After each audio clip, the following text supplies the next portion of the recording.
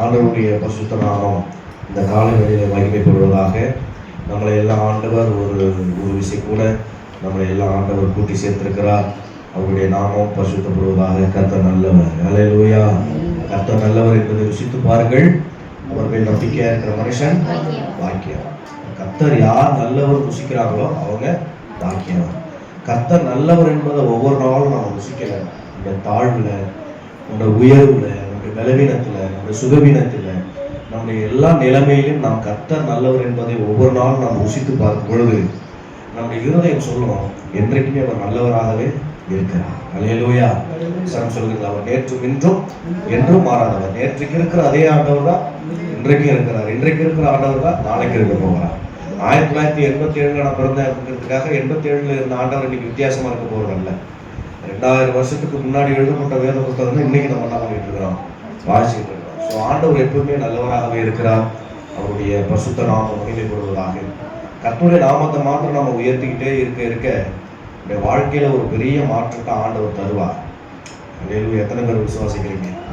ஆமா, நம்மளை உயர்த்தக்கூடாது. நம்முடைய சுயத்தையோ, நம்முடைய மாம்சத்தையோ, நம்முடைய ஆவிக்குரிய காரியத்தை நம்ம ஆண்டவருடைய சமூகத்துல ஒரு நாள் உயர்த்தவே கூடாது.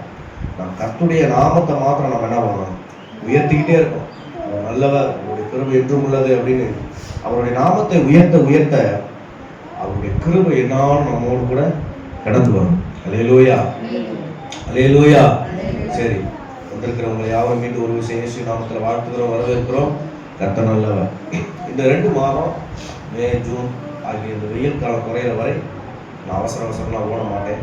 ஏன்னா சாயங்காலத்தில் அதை வச்சுருக்கிறதுனால நான் பொறுமையாக அங்கே முடிச்சுட்டு இருந்துட்டு தான் நானும் போவேன். ஸோ ஆண்டவர் நல்லவர். அதனால் நான் அவசரப்பட்டு நான் ஓடுகிற மாட்டேன். கரெக்டாக நம்ம நேரம் எடுத்து ஆண்டுடைய சமூகத்தில் நம்ம என்னென்ன பண்ணுவோம், ஜெபிப்போம். ஜெபிக்க மறந்தவர்களுக்காக நம்ம ஜெபிப்போம். இன்றைக்கி தேசத்தில் எங்கு பார்த்தாலும் அசுத்த ஆவிகள், விக்கிரகத்தினுடைய கிரியைகள் அதிகமாய் பெருகி வருகிறது. ஆனால் கர்த்தருடைய பிள்ளைகள் நீங்களும் நானும் இன்றைக்கு நாம் அஜாக்கிரதை என்ன பண்ணக்கூடாது, இருக்கக்கூடாது. நம்ம ஆவியில் அனல் உள்ளவர்களாய், தேவ சமூகத்தில் எப்பொழுதும் ஜெபிக்கிறவர்களாய், தேவனோடு கூட ஆண்டவருடைய சமூகத்தில் இருக்கிறவர்களாய் நாம் மாற வேண்டும். ஒவ்வொரு நாளும் பிசாசுடைய ராஜ்யம் இந்த பூமியில கட்டப்பட்டு கொண்டே இருக்கிறது. அவருடைய ராஜ்யம் விரிவாக்குவதில் அவன் ரொம்ப தீவிரமாக இருக்கிறான். எப்படி தேவனுடைய ராஜ்யத்தை, தேவனுடைய பணியை நம்ம செய்து அவருடைய ராஜ்யத்தை நம்ம விரிவாக்குவதற்கு எவ்வளோ முயற்சி பண்ணுறோம், அதை காட்டிலும் பிசாசு ரொம்ப தீவிரமாக இருக்கிறான். அல்லேலூயா. ஆலயத்துக்கு போக விடாமல், ஆண்டவருடைய காரியத்தில் பங்கு கொள்ளாமல், தேவனுடைய காரியத்தில் அவர்கள் ஈடுபாடு இல்லாதபடிக்கு, தேவனோடு கூட அவர்கள் வராதபடிக்கு, தேவனோடு கூட ஐக்கியம் வைக்காதபடிக்கு, ஆலயத்தோடு கூட ஐக்கியம் வைக்காதபடிக்கு பிசாசு இன்னைக்கு நிறைய குடும்பங்களில் தீவிரமாக அவன் செயல்பட்டு கொண்டு இருக்கிறான்.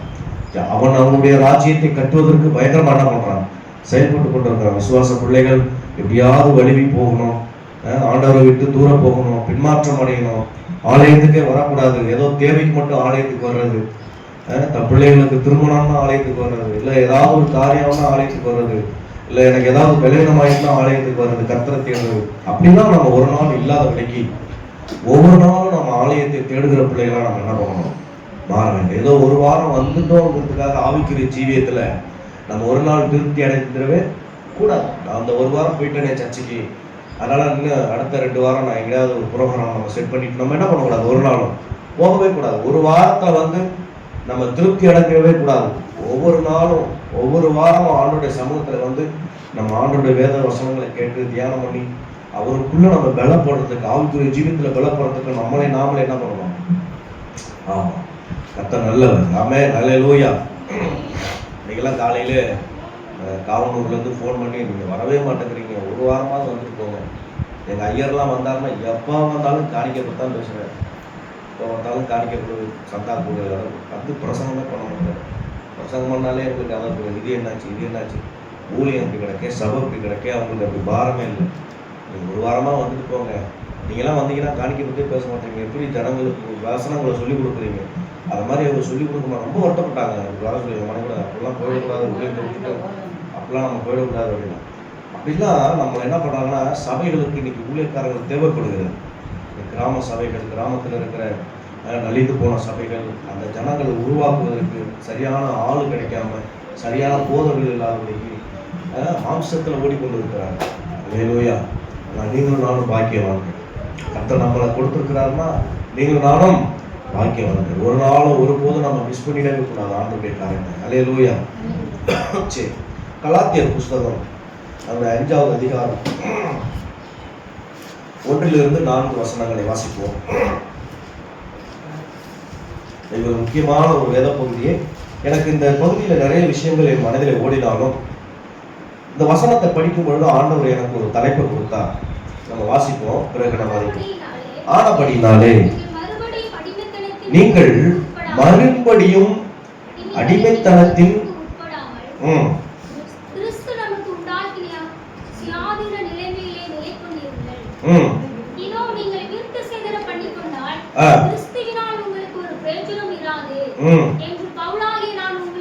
உங்களுக்கு சொல்லுகிறேன், எந்த மனுஷனும் கடனாளியா இருக்கிறார் சொல்லுகிறேன். எல்லாரும் கவனிக்கிறீங்களா வேத புஸ்தகத்தை? நீங்கள் கிறிஸ்துவை விட்டு பிரிந்து கிருபை நின்று விழுந்தீர்கள் என்று எழுதப்பட்டது. இங்க அப்போஸ்தலனாகிய பவுல் தன்னுடைய கலாத்தியர் நிருபத்திற்கு, கலாத்தியர் புஸ்தகத்திற்கு அவர் தன்னுடைய நிருபத்தை எழுதும் போது இந்த விஷயத்தை ரிப்போர்ட் பண்ணி சொல்றார். என்னன்னா, இதுல நிறைய விஷயங்களை ஆண்டவர் இதுல சொல்லியிருக்கிறார். பவுல் தன் நிருபத்தில் நிறைய சத்தியங்கள் அடங்கியிருக்கு. இதெல்லாம் சொல்லணும்னு எனக்கு ஆசை இருக்கு. ஆனா ஒவ்வொரு நாளும் நமக்கு நேரமும் காலம் தான். இந்த குறிப்பிட்ட இதுக்கு கீழே நிறைய வாசிச்சோம்னா நிறைய காரியங்கள் அதில் சொல்லப்பட்டிருக்கு. ஆனா அந்த குறிப்பிட்ட இந்த வசனத்துல, இந்த குறிப்பிட்ட இந்த 4 வசனத்துல நியாயப்பிரமாணத்தை பற்றியும் கிருபையை பற்றியும் என்ன பண்ணப்பட்டிருக்கு? சொல்லப்பட்டிருக்கு.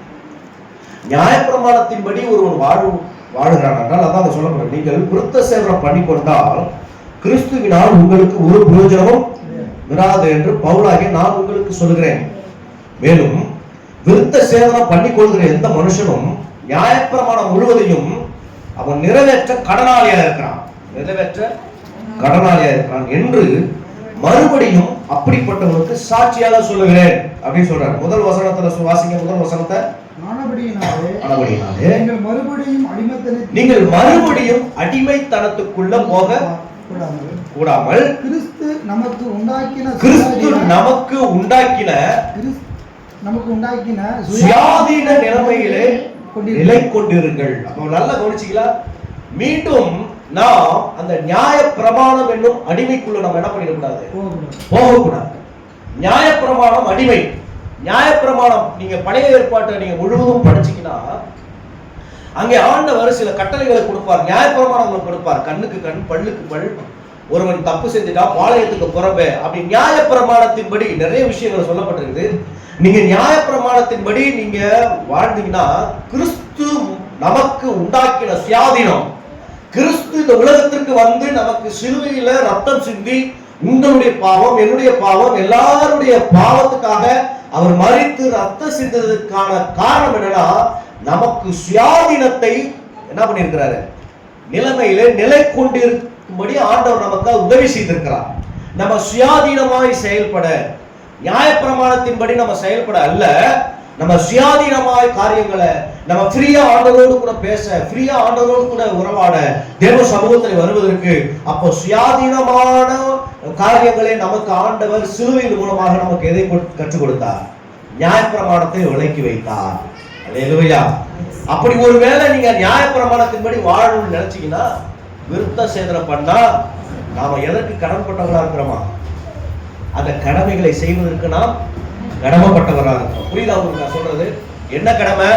நியாயப்பிரமாணத்தின்படி தேவன் நமக்கு சில காரியத்தை சொல்லுவாரானால், நியாயப்பிரமாணத்தின்படி பாளையத்துக்கு போறவே அவர்களோட இவர்களோட யுத்தம் பண்ண, பேசாத, வராத, இப்படி சில நியாயப்பிரமாண காரியங்களை ஆண்டவர் வச்சிருப்பாரானா, புறஜாதியோடு நம்ம என்ன பண்ணக்கூடாது? திருமணம் பண்ணக்கூடாது. நியாயப்பிரமாண சில காரியங்கள் மோசையின் மூலமாக கொடுத்த நியாயப்பிரமாணங்கள், கட்டளைகள், இதன் மூலம் நாம செயல்படுவோமானால், ஆனால் சொல்றாரு நாம் அதற்கெல்லாம் கடனாளிகளாக இருக்கிறோம். கடனாளிகளா இருக்கணும் அதை நிறைவேற்றுவதற்கு, அதை செய்வதற்கு. அவன் கடன் என்ன? ஒரு இடத்துல இருந்து நான் பெற்றுக்கொண்டதை திரும்பி கொடுக்கிற வரை நான் அவருக்கு என்ன இருக்கிறேன்? கடனாளி. நான் அவனுக்கு திரும்பி கொடுக்கிற வரை அப்படின்னா, வேத புஸ்தகத்தில் நியாயப்பிரமாணத்தின்படி ஒருவன் வாழ வேண்டும் என்று விரும்பினால் அவன் எல்லாவற்றுக்கும் தன் கடனாளியாக இருக்கிறான். எதை நிறைவேற்றுவதற்கு? நியாயப்பிரமாணத்தின்படியே வாழ்வதற்கு, நியாயப்பிரமாணத்தின்படியே போவதற்கு. ஆனா அப்படி ஆண்டவர் நமக்கு ஒரு நாளும் தேவன் நமக்கு கற்றுக் கொடுக்கவில்லை. பவுல் அதைத்தான் சொல்லுகிறார், நீங்க நியாயப்பிரமாணத்தின்படி வாழ நீங்க அழைக்கப்படல, நீங்க சுயாதீனமாய் நிலை கொண்டிருக்கும்படி கர்த்தர் நம்மளை அழைத்திருக்கிறார். அல்லேலூயா. இப்போ 4வது வசனத்தை வாசிங்க, நான் சப்ஜெக்ட்டுக்கு வர்றேன். நியாயப்பிரமாணத்தினால் நீதிமான்களாக விரும்புகிற நீங்கள் யாவரும் கிறிஸ்துவை விட்டு பிரித்து இருமையை நின்று விழுந்தீர்களே. இங்க ஒரு விஷயத்த பாருங்க, பவுல் ரொம்ப ஆழமா சொல்றாரு பாருங்க. நியாயப்பிரமாணத்தினால் ஒருவன் நீதிமானாக்க விரும்பினால், நியாயப்பிரமாணத்தின்படி, நியாயப்பிரமாணத்தில் சொல்லப்பட்ட காரியத்தின்படி நான் தன்னை சுத்திகரித்துக் கொள்ள நீதிமானாக்க விரும்புகிறான் என்றால் அவன் யாரை விட்டு பிரிகிறானா? கிறிஸ்துவை விட்டு பிரிந்து கிருபை என்று விலகுகிறான். அல்லேலூயா சொல்லுங்க பார்க்கலாம். அல்லேலூயா. அப்ப ஆண்டவர் இங்க கிருபைகளை குறித்து சொல்லுகிறார். நியாயப்பிரமாணத்தின்படி வாழ நம்ம அழைக்கப்படல. கிறிஸ்து நமக்காக சிலுவையில சிந்தின ரத்தத்தின் மூலம் நமக்கு இப்போ கிருபையினால சுயாதீனமான நிலை கொண்டிருக்கும்படி ஆண்டவர் நமக்கு கற்றுக் கொடுத்திருக்கிறார். அல்லேலூயா. நான் பேசுறது புரியுதா உங்களுக்கு? எத்தனை பேருக்கு புரியுது? அப்போ சுயாதீனமாய் நாம் செயல்பட, ஃப்ரீயா நம்ம இருக்க, நெருக்கமா இருக்கல. ஆண்டவருடைய சமூகத்துல எப்படி இல்ல, நெருக்கமா அப்படி இருக்கல. நேற்றுக்கு நாங்க அவங்க எல்லாம் ஃபாதர் வருவாங்க, நாங்க எல்லாருமே போயிட்டோம். 5-6 பேர் உள்ள போய் உட்காந்து சில காரியங்களை நாங்கள் கிறிஸ்தவ காரியங்களை எஸ்பியோட பேசணும், இப்படிலாம் எங்களுக்கு ரூல்ஸ் ரெகுலேஷன் அப்படிலாம் வருது அப்படின்னு சொல்லி சில காரியங்கள் நாங்கள் அவங்களோட பகிர்ந்து கொண்டோம். நீங்கள் போங்க, நான் உங்களுக்கு எல்லா காரியத்தையும் நான் செய்ய சொல்கிறேன் அப்படின்னு பரம்பரை டிஎஸ்பிட்ட நான் பேசி உங்களுக்கு செய்ய சொல்கிறோம் அப்படின்னு சொல்லிட்டு, அப்புறம் அவர் இப்பயே தனியாக பேசுகிறாரு. அவங்களுக்கு முதல்ல நீங்கள் என்ன பண்ணுங்க, அதை செஞ்சு கொடுங்க அப்படின்னு சொல்லிட்டு வந்துட்டோம்.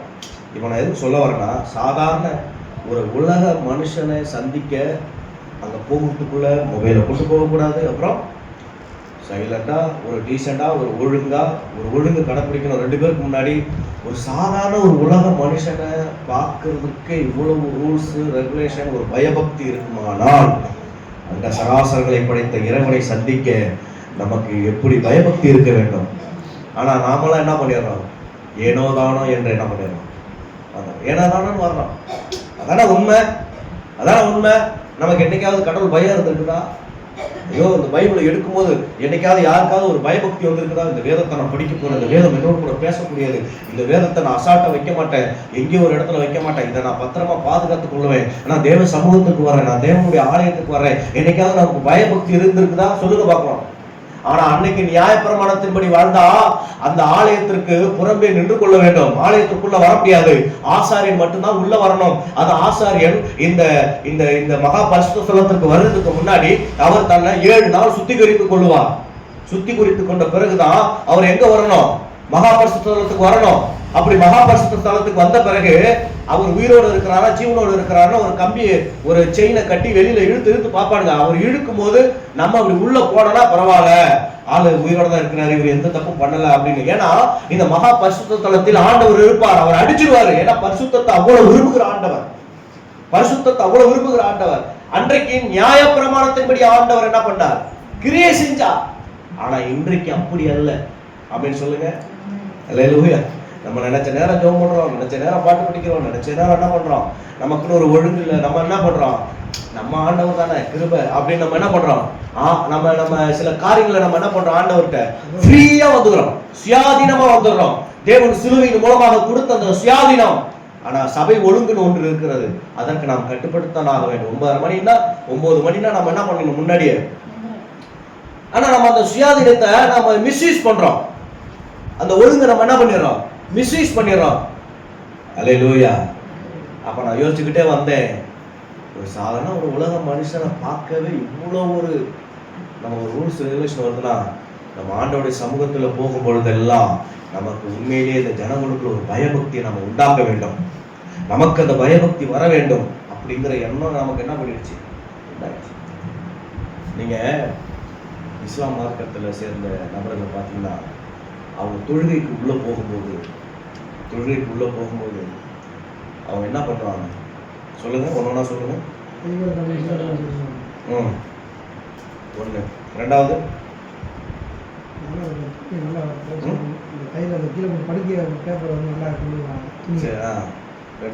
அதுக்கு முன்னாடி ஒன்று செய்வாங்க, என்ன தெரியுமா, இந்த மொபைல் எல்லாம் கொண்டு போவாங்க. கொண்டு போய் என்ன தெரியுமா பண்ணுவாங்க, அந்த ஆலயத்துக்கு வெளியே என்ன பண்ணுவாங்க, சுவிட்ச் ஆஃப் பண்ணி வச்சுட்டு என்ன பண்ணுவாங்க ஆலயத்துக்குள்ள. ஆனால் நம்ம என்ன பண்ணுறோம், பலிபீடத்துல சில நேரம் நம்ம என்ன பண்ணுறோம், வைப்ரேட் சைலண்ட்ல கூட நம்ம என்ன பண்ணுறது இல்லை, போடுறதில்ல. நம்ம என்ன பண்ணுறோம், அப்படியே துணிகரமாக நம்ம என்ன பண்ணுறோம், பேசுகிறோம். போன் வந்தோன்னா வர டைம் ஆயிட்டு அப்படி நம்ம என்ன பண்ணிடுறோம், பேசுகிறோம். ஒரு மணி நேரம் கூட ஆண்டவருடைய சமூகத்தில் பயபக்தியை நம்ம வெளிப்படுத்தாதன்னா, ஒரு மணி நேரம் வெளிப்படுத்தாதன்னா நம்ம வெளியில நம்ம எங்க பயபக்தியா நம்ம இருந்துட போறோம். எனக்கெல்லாம் நம்மளை குறித்து கடுகளவு கூட அவங்க மேல நம்பிக்கை எனக்கு என்ன பண்ணாது, வராது. ஆமேன்னு சொல்லுங்க. எத்தனை பேருக்கு புரியுது நான் சொல்றது? ஏன்னா ஆலயத்துல ஒரு மணி நேரம் 2 மணி நேரம் ஆலயத்துல நம்மளை பரிசுத்தம் பண்ண முடியல, நம்மளை பயபக்தியை காண்பிக்க முடியல, ஒரு போனை சைலண்ட் பண்ண முடியல, ஆண்டவரோடு கூட நான் பேச போறேனே அப்படிங்கிற ஒரு உணர்வு நமக்குள்ள இல்ல. ஆலயத்துக்கு வெளியே நம்ம தாந்தோணித்தனமா தெரியும், குடும்பத்தோடு இருப்போம், வேலையில இருப்போம், மற்ற வேலையில இருப்போம், மற்ற எல்லா காரியத்துல இருப்போம். நம்முடைய பயபக்தி, நம்முடைய ஆவிக்குரிய ஜீவியம் கேள்விக்குறி. உங்க மனசாட்சி சொல்லுங்க. இதே கலாத்தியர் புஸ்தகத்துல நான் காலையில வாசிக்கிட்டு இருந்தேன், அதிகாரத்தை வாசிக்கிட்டு இருக்கும்போது காலையில எழுந்தோட வாசிக்கிட்டு இருந்தேன். 6வது வசனம் 4வது வசனம் வாசிங்க, 6:4 வாசிங்க. அங்க சொல்லப்பட்டு பாருங்க, அவனவன் தன் தன் சுய கிரியை சோதித்து பார்க்க கடவன், அப்பொழுது மற்றவனை பார்க்கும் போது அல்ல தன்னையே பார்க்கும் போது மேன்மை பாராட்டவனுக்கு இடம் உண்டாகும். நிறைய வசனங்கள் இருக்கு. இந்த வசனத்தை படிச்சுட்டு 10 முறை இந்த வசனத்தை மறுபடியும் படிக்கிற ஆண்டவரே, ஒருவேளை என் வாழ்க்கையில ஏதாவது இருக்குமா, தன் சுய கிரியை சோதித்து பார்க்கணும்னு சொல்றாங்களே, நான் ஏதாவது சோதித்து பார்க்கிற காரியம் என் வாழ்க்கையில் இருக்குதா, நான் பிறரை போதிக்கிறேனா, பிறருக்கு புத்தி சொல்கிறேனா, பிறருக்கு நான் வேத வெளிச்சத்தை எடுத்து காண்பிக்கிறேனா, ஏதாவது என் வாழ்க்கையில ஏதாவது நான் சோதித்து பார்க்க வேண்டிய காரியம் என் வாழ்க்கையில் இருக்கிறதா? ஏன்னா மற்றவர்களை குறித்து பேசுகிறனால், மற்றவர்களுக்கு உபதேசம் பண்ணுகிறனால் நான் ஆகாதவனாய் போய்விடக் கூடாது, எனக்குள்ள அந்த மேன்மை வந்துடக்கூடாது, அவனுக்கு அப்படி இடம் உண்டாகும் அப்படின்னு சொல்லப்பட்டிருக்கு. அவனவன் தன் தன் சுய கிரியை சோதித்து பார்க்க கடவன். சோதித்து பாருங்க, ஒரு 10 நிமிஷம் உட்கார்ந்து சோதித்து பாருங்க. ஆமென் சொல்லுங்க. 2 மணி நேரம் 3 மணி நேரம் தேவ சமூகத்துல ஒரு பயபக்தியை காண்பிக்க முடியாதன்னா, என்னைய சேர்த்தா சொல்றேன், பயபக்தியை காண்பிக்க முடியாதன்னா வெளியே எப்படி நம்ம பயபக்தியை காண்பிக்க போகிறோம்? எப்படி நம்முடைய பக்தி வெளிப்படும்? எப்படி நம்முடைய ஆவிக்குரிய ஜீவை வெளிப்படும்? எப்படி நம்ம தேவனுடைய கிரியைகளை நம்ம வெளியில காட்ட முடியும்? காட்டவே முடியாது. ஆமென் சொல்லுங்க பார்க்கலாம். அம்மா சபைக்கு வாரம் வந்து உபதேசத்தை கேட்கிற, சத்தியத்தை கேட்கிற, ஆண்டவரோடு கூட இருக்கிற நமக்கே இப்படி இருக்குன்னா, ஆலயத்துக்கு வராத புறம்பே இருக்கிறவர்கள் நான் ஆண்டவரோடு கூட இருக்கிறேன்னு சொல்லுகிறவன் அவன் தன் சுய சரீரத்தை சோதித்து பார்க்க வேண்டும். பொய் சொல்லிட்டு தெரியக்கூடாது. நான் சத்தத்தை கேட்டுக்கிட்டே இருக்கிறேன், பொய் பேசக்கூடாது. ஆமென் சொல்லுங்க பார்க்கலாம்.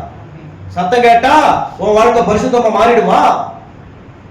ஆண்டவருடைய வார்த்தை கேட்டா உன் வாழ்க்கை ஜீவிய மாறிடுமா? நான் கேட்கிறேன். ஆமென் சொல்லுங்க பார்க்கலாம். நோ, மாறவே முடியாது. ஆலயத்துல வந்து முழங்கால் படிட்டு ஆண்டவருடைய சமூகத்துல தன் பாவங்களை அறிக்கை செய்து ஆண்டவரே என்னை மன்னின்னு சொல்லி ஆண்டவருடைய சமூகத்துல விழுந்து கிடக்காத பட்சத்துல நம்முடைய வாழ்க்கை ஜீவியம் மாறாது. உபாகம புஸ்தகத்துல வசனம் சொல்லப்பட்டிருக்குது, உங்களை நீங்கள் பரிசுத்தம் பண்ணிக் கொள்ளுங்கள், நாளைக்கு நான் உங்கள் நடுவில் வந்து அற்புதங்களை செய்வேன் ஆண்டவர் சொல்றார். அற்புதம் நடக்கணும்னா முதல்ல ஆண்டவர் சொல்றாரு பரிசுத்தம் தேவை. பரிசுத்தம் இல்லாம நம்முடைய வாழ்க்கையில அற்புதம் நடக்காது. ஆமென் சொல்லுங்க பார்க்கலாம். நம்முடைய சரீரத்தை பரிசுத்தம் பண்ணணும், நம்மை சுற்றி இருக்கிற காரியங்களை, நம்முடைய வீட்டை, நம்முடைய விஷயங்களை, நம்ம எதெல்லாம் நம்ம ஆண்டவருடைய காரியத்துல நம்ம எங்கெல்லாம் இருக்கிறோமோ அந்த இடங்களை எல்லாம் நம்ம பரிசுத்தம் பண்ணி கொள்ள வேண்டும். அப்படி பரிசுத்தம் பண்ணாத பட்சத்துல நம்முடைய வாழ்க்கையில ஒரு நாளும் அற்புதம் நடக்காது.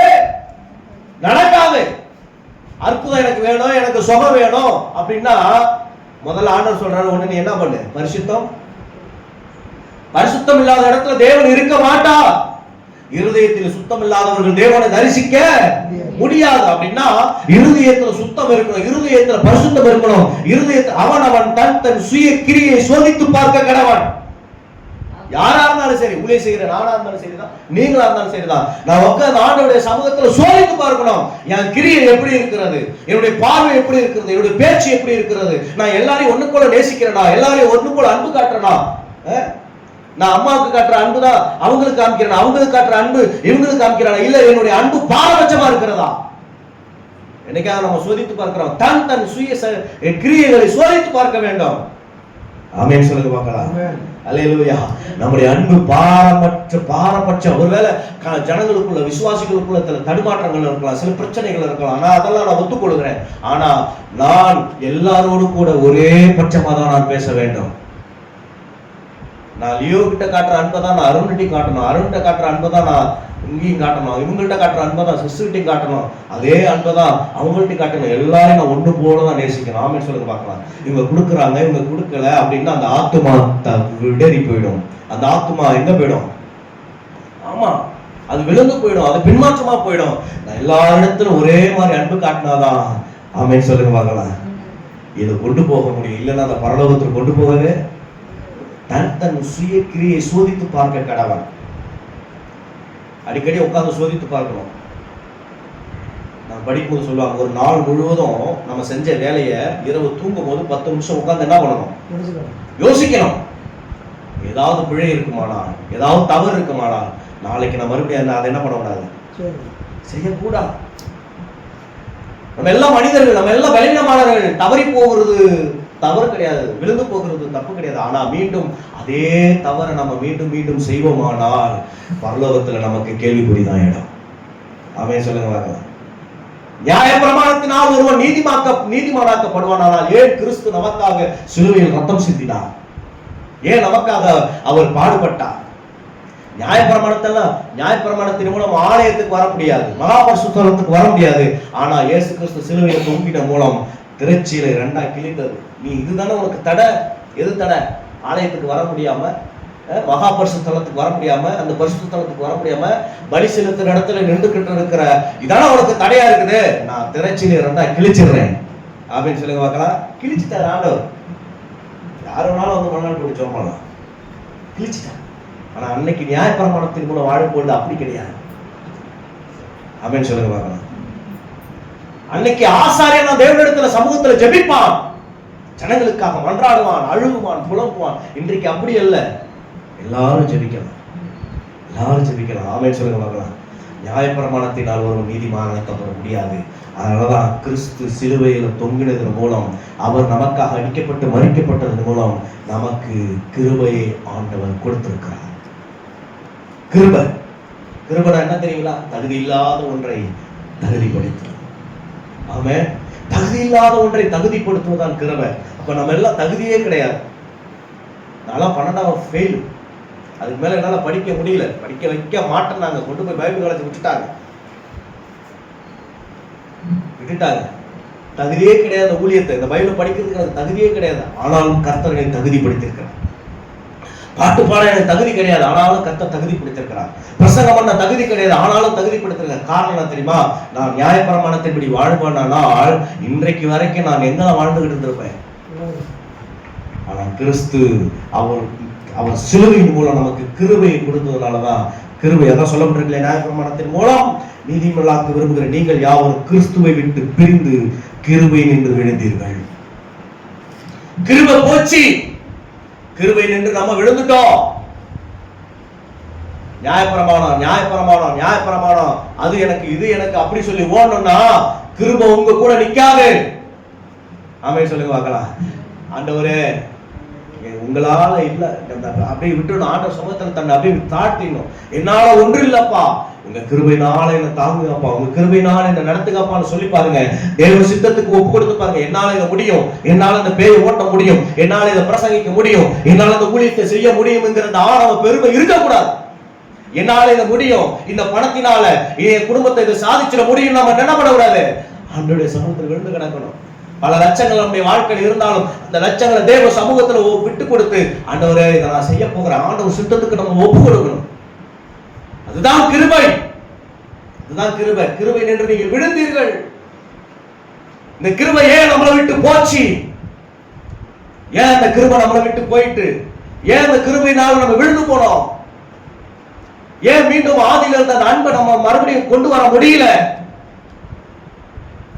அந்த கிருபையின் ரகசியம் என்ன? 4 காரியம். அதான் நம்ம சிந்திக்கிறோம். ஆமென். கிருபையின் ரகசியம், ஆண்டவர் நம்ம மேல வச்சிருக்கிற கிருபையின் ரகசியம் என்ன? ஆண்டவர் நம்ம மேல வச்சிருக்கிற நம்ம விழுந்து போகாதபடிக்கு நம்ம ஆண்டவருடைய சமூகத்துல மீண்டும் மீண்டும் மீண்டும் கர்த்தர் நம்மளை கட்டி எழுப்பி கொண்டு வருகிறாரே. ஆண்டுடைய சமூகத்துல மறுபடியும் கொண்டு வருகிறாரு. விழுந்து போன நம்ம, பின்மாறி போன நம்ம, தேவனை விட்டு தூரம் போன நம்ம, தேவனுக்கு பிடிக்காத சில காரியத்தை செய்த நம்ம, தேவனுடைய வார்த்தைக்கு கீழ்ப்படியாம இருந்த நம்மள, அதான் உண்மை.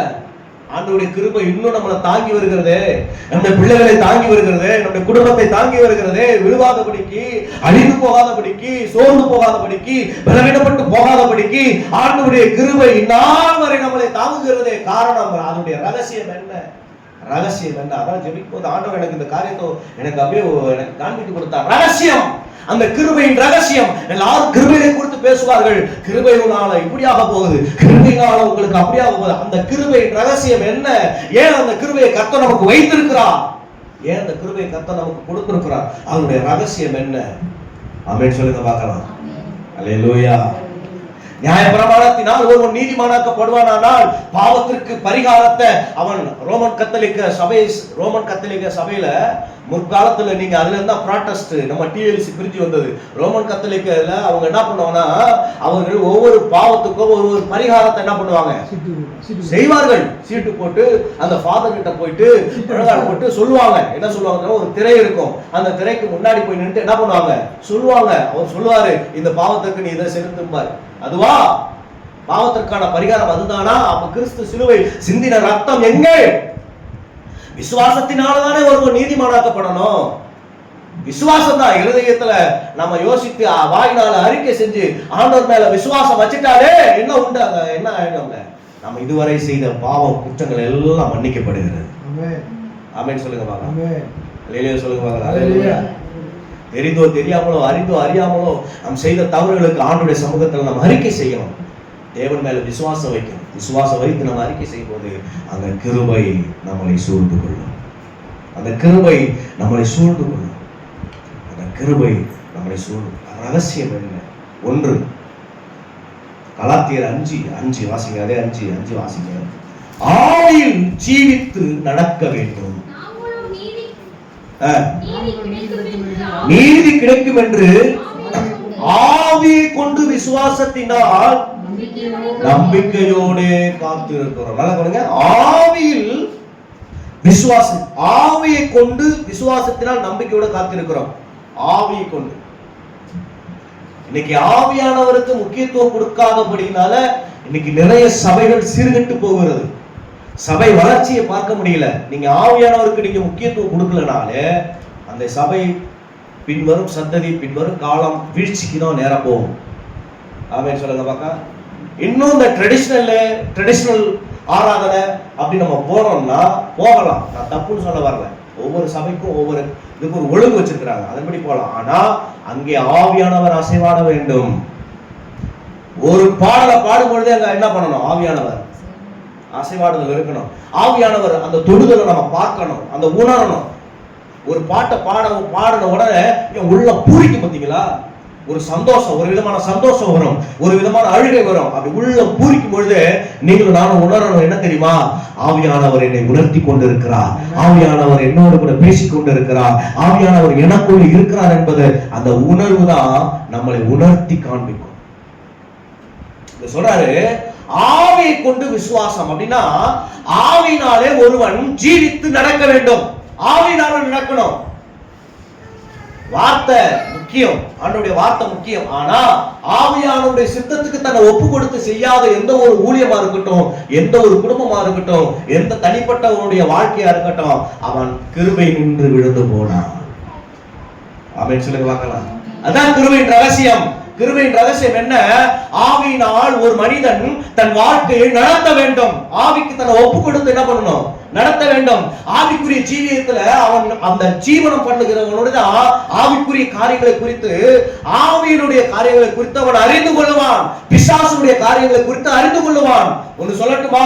எந்த அளவுக்கு நம்ம வேதத்தை தெரிந்து கொள்கிறோமோ, எந்த அளவுக்கு நம்ம வேதத்துடைய ரகசியத்தை, மகத்துவத்தை, ஆராய்ச்சி எல்லாம் ஓகே, அதெல்லாம் நம்ம தெரிந்து கொள்கிறோமோ, அந்த அளவுக்கு ஆவி மண்டலத்தில் நடக்கிற சில காரியத்தையும் தெரிந்து கொள்ள வேண்டும். அப்படி தெரியாத பட்சத்தில் பிசாசை உங்களால எதிர்த்து நிற்க முடியாது. பிசாசோடு நாம் போராட முடியாது. அந்த பிசாசை நம்ம விரட்ட முடியாது. அந்த பிசாசை நம்ம ஜெயிக்க முடியாது. அவன் ஜெயிச்சிருவான். ஆமென் சொல்லுங்க பார்க்கலாம். ஆவியில நடக்காத ஒரு மனுஷன் மாம்சத்துல அவன் நடப்பானால் ஆவிக்குரிய ஜீவியத்தில் அவன் தோற்று போயிடுவான். இன்றைக்கும் பிசாசை எதிர்க்கிறோம், இன்றைக்கும் விக்கிரகத்தை எதிர்க்கிறோம், இன்றைக்கும் பிசாசுடைய காரியத்தை எதிர்த்து நிற்கிறதுக்கு காரணம் என்ன தெரியுங்களா? எதிர்த்து நின்னா ஆவிக்குரிய ஜீவியத்துல நாம் நடக்கும். அதான் ரகசியம். கிருபை ஏன் என்னை விட்டு விலகல? ஏன் அந்த அபிஷேகம் என்னை விட்டு விலகல? ஏன் அந்த வரங்கள் என்னை விட்டு விலகல? யோசித்து பார்க்கணும். ஏன் ஆண்டவர் அந்த கொடுத்த கிருபையாய் கொடுத்த அந்த ஊழியத்தை என்னை விட்டு எடுக்கல? ஊழியத்தை விட்டு என்னைக்கே நான் போயிருப்பேன். ஊழியமே செய்யாதபடிக்கு எல்லா வேலையும் தெரியும், போயிருக்கலாம், எல்லாம் செஞ்சிருக்கலாம். இன்னைக்கு மனிதனுக்கு பணம் தான் முக்கியம். பணத்தை பெருசா பார்க்கல, ஊழியம் தான் பெருசு. உலகத்தை பெருசா பார்க்கல, ஊழியம் தான் பெருசு. நண்பர்களை பெருசா பார்க்கல, ஊழியம் தான் பெருசு. குடும்பத்தை பெருசா பார்க்கல, ஊழியம் தான் பெருசு. ஏன்? தேவ சுத்தத்துக்கு தன்னை ஒப்பு கொடுத்து ஆவிக்குரிய ஜீவியத்துல நடக்கிற பிள்ளைகளுக்கு கிருபை விலகாது. நான் உங்களுக்கு சொல்லித்தரேன், அந்த ரகசியத்தை இன்னைக்கு சபைக்கு நான் சொல்லித்தரேன். ஆமென் சொல்லுங்க பார்க்கலாம். நீங்க ஆவியில மட்டும் நடந்து பாருங்க. ஆவிக்குரிய காரியத்துல தேவ சுத்தத்துக்கு தன்னை ஒப்பு கொடுத்து ஆவியில ஜீவித்து ஆண்டவருடைய சமூகத்துல ஒப்பு கொடுத்து பாருங்க. உங்க மேல இருக்கிற கிருபையை கர்த்தர் ஒரு நாள் எடுக்கவே மாட்டான். ஆமென் சொல்லுங்க பார்க்கலாம். அல்லேலூயா. சவுல் விட்டு கொடுத்தான், சவுல் விட்டுட்டான். அவன் தேவ சித்தத்துக்கு தன்னை ஒப்பு கொடுக்கல.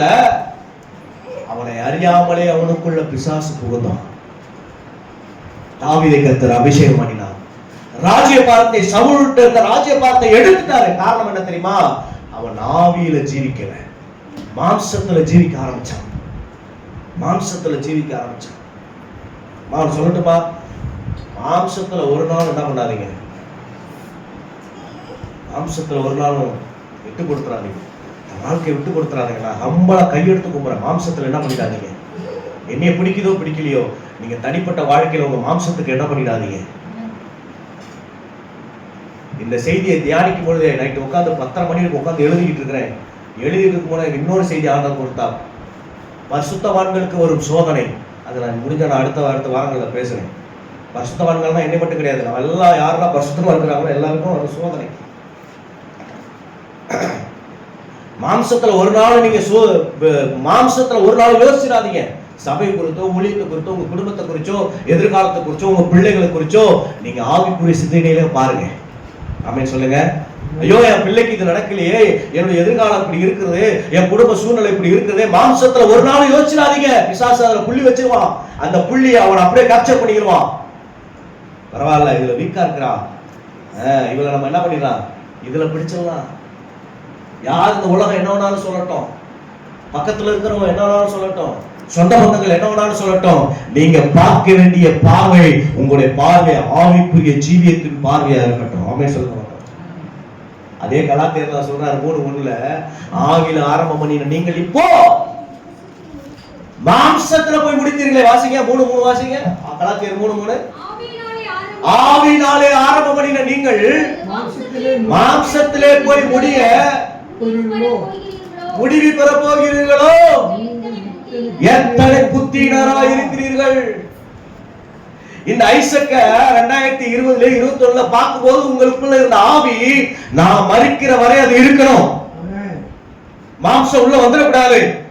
ஆமென் சொல்லுங்க பார்க்கலாம். அல்லேலூயா. நான் உங்களை எப்படி பார்க்கிறோம், இன்னைக்கு வரும்போது பார்த்த பார்வை கடைசி வரையும் பார்வை அப்படித்தான் இருக்கணும். உங்களை நான் ஏற்றவோ இறக்கவோ என்ன பண்ணிடக்கூடாது. இதெல்லாம் ஆவியில நடக்கிற ஒரு மனுஷனுக்கு தான் தேவன் வெளிப்படுத்துவார். ஆமென் சொல்லுங்க பார்க்கலாம். அல்லேலூயா. ஒரே பார்வையில பார்க்கணும். நீங்க கொடுக்குறீங்களோ கொடுக்கலையோ, நான் உங்கள் மேல அன்பு செலுத்திக்கிட்டே தான் இருப்பேன். அதுதான் அகாப்பே ஊழியம். ஊழியம்னா தெய்வீக அன்பு. ஆமென் சொல்லுங்க பார்க்கலாம். ஆமென். அல்லேலூயா. இந்த பாசமும் அன்பு ஒரு நாளும் யாரிடத்திலும் குறையவே குறையாது. ஒருவேளை அது இடத்துல குறைபாடு இருக்குமானால் ஆண்டோட சமூகத்தை இன்னைக்கு ஏன் நான் உங்களோட பேசல, ஆண்டோட எனக்கு உணர்த்துவார். உடனே நான் போன் பண்ணி பேசுவேன். அதுதான் அன்பு, தெய்வீக அன்பு. இந்த அன்பு எதை எதிர்பார்க்காது. ஆமென் சொல்லுங்க பார்க்கலாம். அல்லேலூயா. எதையும் எதிர்பார்க்காது, எதையும் எதிர்பார்க்க. ஆவிக்குரிய ஜீவியத்துல மாம்சத்துல அதுதான் சொல்றாரு. அதே கலாத்தியர்லாம் சொல்றாரு, ஆவியில ஆரம்பம் பண்ணின நீங்கள் இப்பொழுது எங்க போயிட்டீங்க, மாம்சத்துல முடிய காரணம் என்ன? உங்களை மயக்கினவன் யார்? இன்றைக்கு நிறைய ஊழியங்கள் ஆரம்பிக்கும் போது நல்ல ஆவிக்குரிய ரீதியில ஆரம்பிக்கிறாங்க, ஆவியில ஆரம்பிக்கிறாங்க. ஆனா முடியும் பொழுது எங்க தெரியுமா போய் முடியுது? மாம்சத்துல. தனக்கு தோன்றினதெல்லாம் என்ன பண்றாங்க? சபையில செய்ய நினைக்கிறாங்க. என் மனசுல தோன்றதை நான் இங்க இம்ப்ளிமெண்ட் பண்ணனா அங்க என்ன உண்டாயிடும்? எனக்கு தோன்றதெல்லாம் நான் செய்ய முடியுமா? சொல்லுங்க. எனக்கு நிறைய ஆசை இருக்கும். அந்த ஆசையெல்லாம் நான் இங்க வந்து கொட்ட முடியுமா? எனக்கு கார் வாங்கணும்னு ஆசை இருக்கு, ஃபிளைட்ல போகணும்னு ஆசை இருக்கு. அதையெல்லாம் நான் சொல்லிட்டு தெரிய முடியுமா? சொல்லுங்க பார்ப்போம். டூ வீலர்ல வர கஷ்டமா இருக்கு, கார் வேணும்னு எனக்கு மனசுக்குள்ள ஆசை. என் ஆசைய நான் எல்லா இடத்துலயும் நான் என்ன பண்ணக்கூடாது? எனக்கு நிறைய ஆசை இருக்கும். இந்த உலகமே கைக்குள்ள வரணும்னு எனக்கு ஆசை இருக்கும் மனசுக்குள்ள. அதுக்காக உலகமே வந்துருமாக்க? இது என்ன தெரியுமா? இது மாம்ச சிந்தை. இது என்ன சிந்தை? இது என்ன சிந்தை? சொல்லுங்க. மாம்ச சிந்தை. உங்க ஆசையை நிறைவேற்றுவதற்கு சிலரை நீங்க பயன்படுத்தக்கூடாது. அதான் மாம்ச சிந்தை. அப்படின்னு சொல்லுங்க. அல்லேலூயா. நான் பேசுறது எத்தனை பேருக்கு புரியுது? இல்ல புதுசா இருக்கா? நம்முடைய காரியத்தை நிறைவேற்றுவதற்கு, நம்முடைய சுயநலமான காரியத்திற்கு ஏதோ ஒரு மனிதனை நம்ம பலிகரண ஆக்குவோமானால் அது மாம்ச சிந்தை. அங்க ஆவிக்குரிய ஜீவியம் இருக்காது. இதுதான் கிருபை நம்மளை விட்டு விலகும். அல்லேலூயா, அல்லேலூயா. ஆவிக்குரிய ஜீவியத்தில் வளர்கிற பிள்ளைகளுக்கு நான் சொல்றேன், கிருபை நம்மளை விட்டு விலகாம இருக்கணும்னா, கிறிஸ்து நம்ம சிலுவை மூலம் கொடுத்த அந்த கிருபை நம்மளை விட்டு விலகாம இருக்கணும்னா நீங்க ஆவியில ஜீவித்து பாருங்க. ஆமென். என் வாழ்க்கையில நான் எதை செஞ்சாலும் செய்யாவிட்டாலும், என் வாழ்க்கையில தோல்வி வந்தாலும், கஷ்டம் வந்தாலும், பலவீனம் வந்தாலும், போராட்டம் வந்தாலும், பிரச்சனை வந்தாலும், பாடுகள் வந்தாலும், எல்லாரும் என்னை எதிர்த்து வந்தாலும், நான் ஆவில ஆரம்பம் பண்ணினா நான் ஆவில தான் போகணுமே தவிர இடையில எனக்கு ஏதோ சில காரியம் நன்மை வருதுன்னு சொல்லிட்டு நான் என்ன பண்ணிடக்கூடாது? நோ, ஓடிடக்கூடாது, விலகிடக்கூடாது. தேவன் இந்த சின்ன சின்ன காரியத்துல உண்மையை எதிர்பார்க்கிறான். உண்மை உள்ள மனுஷன் நான் பரிபூர்ண ஆசீர்வாதங்களை பெறுவான். கஷ்டம் இல்லாம யாருக்கு இருக்கு? உபத்திரவம் இல்லாம யாருக்கு இருக்கு? பாடுகள் இல்லாம யாருக்கு இருக்கு? எல்லாருக்கும் இருக்கு. ஆமென் சொல்லுங்க பார்க்கலாம். அல்லேலூயா. உங்களுக்கு இருக்கிற மூக்கு தான் எனக்கு இருக்கு, உங்களுக்கு இருக்கிற கண்ணு தான் கொஞ்சம் வித்தியாசமா இருக்கு. உங்களுக்கும் சளி அதுதான் வருது, எனக்கும் வராம இருக்கா? இல்லை எனக்கு மட்டும் தங்க மூக்கு வரவே வராதுன்னு யாரும் சொல்றீங்களா? என்ன நீங்க அமைதியா இருக்கிறத பார்த்தா ஆமா பாஸ்டர் உங்களுக்கு தான் எல்லாமே இருக்கு, எனங்களுக்குலாம் நாம வித்தியாசமா தான் இருக்கிறோம் அப்படின்னு நினைக்கிறீங்களா? இன்னைக்கு கூட ஒருத்தன் வரல, கேட்டா இருமிக்கிட்டே இருக்கேன், சளியா இருக்கு அப்படின்னாங்க. நான் மனசுல நினைச்சேன், உங்களுக்கு மட்டுமா இருமல் இருக்கு, சளி இருக்கு, நானும் பிரசங்கம் பண்றேன், எனக்கு ஓயாம என்ன பண்றேன்? ஆமா,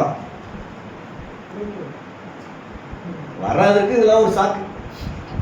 ஆண்டவர் ஆராதிக்க வராதுக்கு எப்படி நான் வெளிப்படையா பேசுறேன்னா வராதுக்கு. ஆமா. சோ நாம் தேவனை பிரியப்படுத்த ஆவியில ஜீவித்து என்ன பண்ணணும்? நடக்கணும். ஆமென் சொல்லுங்க பார்க்கலாம். நம்ம கால் உடைஞ்சு கை உடைஞ்சு இப்படியா படுத்த படுக்கையா கிடக்கிறோம்? இல்ல சொல்லுங்க. என்னை யாராவது தூக்கிட்டு போங்க, இந்த குளத்தில் என்னை தூக்கி என்னை கொண்டு போய் விடுறதுக்கு எவனுமே இல்லை. ஆண்டவர் கேட்டா நீ சுகமாக விரும்புகிறாயா? யார் கேட்டா? என்ன கேட்டாத நான் சொல்றேன். ஆண்டவர் கேட்கிறாரு நீ சுகமாக விரும்புகிறாயா? இவன் உடனே சொல்றான் ஆமா ஆண்டவர் சொல்ல வேண்டியதானே, என்னை கொண்டு போய் விடுறதுக்கு ஆள் இல்ல. அப்ப இவன் என்ன நினைச்சிட்டு இருக்கான்? என்னை ஒரு ஆள் தூக்கணும். அப்ப என்ன இவனுக்குள்ள ஒரு கர்வம் என்ன இருக்கு? நானா போய் எதுங்க எத்தனை வருஷ நாள் இப்படியே நம்ம என்ன பண்ணிடுவோம்? இருந்து செத்து போயிடுவோம். மாற்றம் இல்ல, மாற்றம் வரல. ஆமென், ஹல்லேலூயா. அப்போ நம்ம ஆவிக்குரிய ஜீவியத்துல நம்மளை வளர்க்கறதுக்கு என்னெல்லாம் காரியம் நமக்கு கிடைக்குதோ அதுல நம்ம என்ன பண்ணி நம்மளை விட்டு கொடுக்கணும். ஆமென், ஹல்லேலூயா. நம்மளை எதெல்லாம் ஆவிக்குரிய ஜீவியத்துல வளர்றதுக்கு தேவன் எனக்கு வாய்ப்பு கொடுக்குறாரோ அதெல்லாம் நம்ம பயன்படுத்திக் கொள்ள வேண்டும். இன்னும் நிறைய வசனங்கள் கலாத்தியர் 5 நீங்க 16-26 வாசிங்க. அதே 5 16-26 வாசிங்க. அதே 5:16 பின்னும் நான் சொல்லுகிறது என்னவென்றால் ஆவிக்கேற்றபடி நடந்து கொள்ளுங்கள், மாம்ச இச்சையை நிறைவேற்றாதிருப்பீர்கள். எவ்வளவு அழகா சொல்லியிருக்காரு பார்த்தீங்களா? எப்படி ஆவிக்கேற்றபடி நீங்கள் நடந்து கொண்டா எதை நீங்க நிறைவேற்றாம இருப்பீங்களா? மாம்ச இச்சையை நீங்கள் நிறைவேற்றாது இருப்பீர்கள். மாம்ச இச்சை என்ன? அது கீழே சொல்லுது, மாம்சம் ஆவிக்கு விரோதமாக போராடிக்கிட்டே இருக்குது. அப்ப நாங்க சொல்லட்டுமா, இந்த ஆவிக்கும் மாம்சத்துக்கும் வித்தியாசம் இருக்குது. இந்த ஆவி மாம்சத்தோடு ஒவ்வொரு நாளும் போராடிட்டே இருக்கும். நீ இதை பண்ணாத, இதை பண்ணு, இதை பண்ணு, இதை பண்ணு, இதை பண்ணாத, இதை பண்ணு அப்படின்னு என்ன பண்ணும்? மாம்சம் சொல்லுமா? ஆவி சொல்லிக்கிட்டே இருக்கும், நீங்க போகாத அப்படின்னு சொல்லும். அதை மீறி போறது என்னது? மாம்சத்துல பார்த்துக்கலாம் அப்படின்னு போயிடுது. அப்ப ஆவியானவர் சொல்ல, நீ என்ன பண்ணாதாங்க? அப்ப ஆவிக்கும் மாம்சத்துக்கும் போராட்டம் இருந்துகிட்டே தான் இருக்கு இந்த உலகத்துல. சொல்றாரு, நீ ஆவிக்கேற்றபடி நடந்து கொள்ளுங்கள், அப்பொழுது மாம்ச இச்சையை. ஆமா, எப்பயுமே ஆவிக்குரிய கண்கள்ல ஒரு மனுஷனை நம்ம பார்த்துக்கிட்டே இருந்தோம்னா அங்க மாம்ச இச்சைக்கான வேலையே இல்லை. அவங்க அழகா இருக்கிறாங்க, அழகு இல்லை, அவங்க குட்டையா இருக்கிறாங்க, நட்டையா இருக்கிறாங்க, கருப்பா இருக்கிறாங்க, இது எல்லாம் காரணமே காட்ட மாட்டான் பிசாசு. தான் இச்சைகளை நிறைவேற்றுவதற்கு பிசாசு எப்படி விழ பண்ணிடுவான்? அவங்க வயசானவங்க, அழகு இல்லை, முடி நரைச்சு போச்சு, இச்சைகளை நிறைவேற்றுவதற்கு இது ஒரு காரணம் இல்ல. அப்ப ஆவியின் கண்கள்ல பார்த்துக்கிட்டே இருந்தோம்னா, ஆவியானவருடைய நடத்தபடி பார்த்துக்கிட்டே இருந்தோம்னா, எந்த ஒரு தகப்பனை பார்த்தாலும், தாயை பார்த்தாலும், சகோதரியை பார்த்தாலும் அவங்களுடைய பார்வையில பரிசுத்தம் இருக்குமே தவிர அங்க இச்சை என்ன பண்ணாது, நிறைவேறாது. பழைய ஏற்பாட்டுல ஒரு ஸ்திரியோட உபச்சாரம் பண்ணினால்தான் பாவம். ஆனா புதிய ஏற்பாட்டுல அப்படி கிடையாது. இயேசு சொல்றாரு, நீ ஒரு பெண்ணை உன் சிந்தையில நீ என்ன பண்ற, நினைச்சாலே அவளோட நீ உபச்சாரம் பண்ணிவிட்டாய் என்று சொல்றாரு. இது ரொம்ப மோசமான சிந்தனை இல்ல? அப்ப எந்த அளவுக்கு நம்மளை சிந்தையை ஆண்டவர் பரிசுத்தம் பண்ண சொல்றாங்க. அல்லேலூயா. நீ படுத்த படுக்கையிலேயே அதான் இவன் செஞ்சான். தாவீதின் மகன் யாரு? அம்னோன். தன் சகோதரியை அடைய வேண்டும் என்பதற்காக அவன் பல முயற்சிகளை எடுத்தான். வியாதியில படுத்து கிடந்தான். இச்சைகளை நிறைவேற்றுவதற்கு தான் சொல்றேன், மாம்ச இச்சைகளை நிறைவேற்றும். நீங்க ஆவிக்கேற்றபடி நடந்து பாருங்க, உங்களுடைய வாழ்க்கையில மாம்ச இச்சைகள் விலகி போகும். ஆமென் சொல்லுங்க. அல்லேலூயா. நீங்க ஆவிக்கேற்றபடி நடந்து பாருங்க, கர்த்தர் ஞானத்தை கொடுப்பார். யார் இடத்துல எப்படி பேசணும், எங்க நம்ம நடக்கணும், என்ன பண்ணணும், அந்த ஞானத்தை கர்த்தர் அதிலிருந்து விலகி போக ஆண்டவர் ஞானத்தை நமக்கு கொடுப்போம். யாரும் நீதிமான் கிடையாது. இங்க இருக்கிற நம்ம எல்லோரும் பாவிகள். நம்ம எல்லாரும் விழுந்து போவதற்கு ஒரு நிமிடம் பிசாசு ஏதாவது கண்ணிகளை விழிச்சுவான். ஆனால் நீங்களும் நானும் ரொம்ப ஜாக்கிரதை உள்ளவர்களா இருக்கிறோம். கிருபையின் ரகசியம் என்ன தெரியுமா? ஒன்று, நம்ம ஆவியில் ஜீவித்து நடக்கிறது. நிறைய வசனம் ரோமர் 8:1-13 எல்லாம் வசனங்கள் எழுதி வச்சுக்கணும். ரோமர் 8:1-13 அதுல 26 வசனம் வாசிங்க. 5:26 வாசிங்க. வீண் புகழ்ச்சி விரும்பாமலும்